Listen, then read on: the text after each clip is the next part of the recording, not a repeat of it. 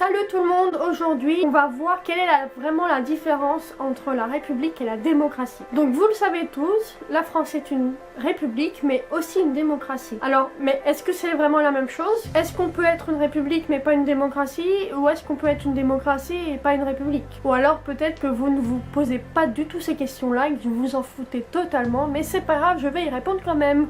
Alors pour vous simplifier la vie, et oui je suis là pour ça, voici le fameux tableau d'Aristote, le fameux philosophe grec, qui nous montre les régimes politiques en gros et comment il les classifie. Donc ce qui nous intéresse ici, c'est la troisième colonne avec gouvernement du plus grand nombre, et comme vous le voyez, on a la République, puis en dessous la démocratie. Et ça fait un peu bizarre de voir que d'un côté ils considèrent que la République est une forme qui respecte le plus l'activité politique, la structure de la cité, etc. Et que d'un autre côté, ils pensent que la démocratie, c'est une espèce de mauvais reflet de la République et que c'est tout simplement une forme corrompue. Et c'est un peu chelou quand on pense que la démocratie, c'est né de l'Antiquité grecque justement, démos et kratos, qui veut dire démos le peuple et kratos le pouvoir, donc le pouvoir du peuple. Et pourtant, ils pensent, Aristote, que c'est vraiment une mauvaise chose. Donc pour résumer, il pense que la République est une chose juste pour la cité et qu'il pense à l'intérêt général, alors que d'un autre côté la démocratie, il pense au contraire que c'est une forme déviée, injuste et qui pense qu'à son propre intérêt. Bon, aujourd'hui évidemment on n'a pas du tout cette même vision. Encore aujourd'hui on peut voir cette espèce de duel entre démocratie et république. Rien qu'aux États-Unis par exemple, les deux partis politiques principaux sont les démocrates et les républicains. Mais je dirais qu'on n'est pas forcément obligé d'être une république et aussi une démocratie. Il y a des républiques qui ne sont pas vraiment des démocraties, mais il y a aussi des démocraties qui ne sont pas des républiques. Par exemple, les pays monarchiques, ils ne sont pas forcément des tyrans ou des dictatures. Par exemple, la Suède, le Danemark, le Royaume-Uni sont des monarchies, mais elles sont des démocraties aussi. Donc, pour définir plus en détail les deux termes, la république, quesaco, ça vient du latin res publica, qui veut dire la chose publique.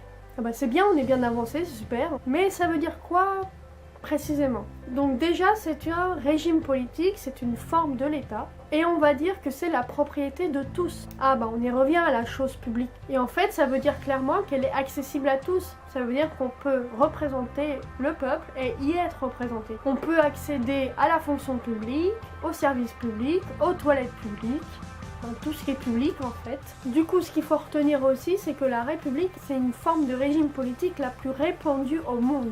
D'un autre côté, la démocratie, c'est, comme je le disais, le pouvoir du peuple. D'ailleurs, on le voyait très bien dans la Grèce antique, parce qu'à l'époque, c'était une démocratie directe.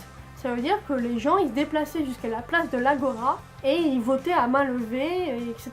Il y avait des assemblées générales et puis ils fonctionnaient même au tirage au sort. Ça veut dire qu'ils vont tirer au sort les gens de la cité, les citoyens, pour répartir les rôles dans les fonctions dans les institutions exécutives et juridiques. Vous imaginez si on fait ça aujourd'hui, on n'est pas dans la merde. Hein. Et puis vous imaginez sinon on se déplace 66 millions de Français jusqu'à la place de la Concorde ou je ne sais quoi. Ça va être un peu compliqué, ça serait le gros bordel.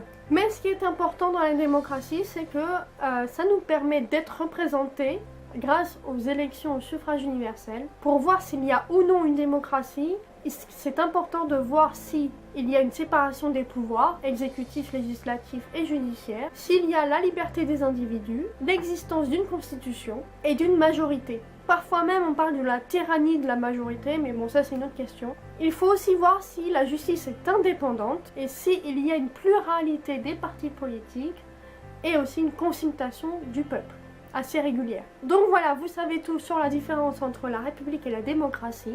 Et jusqu'à une prochaine vidéo, portez-vous bien.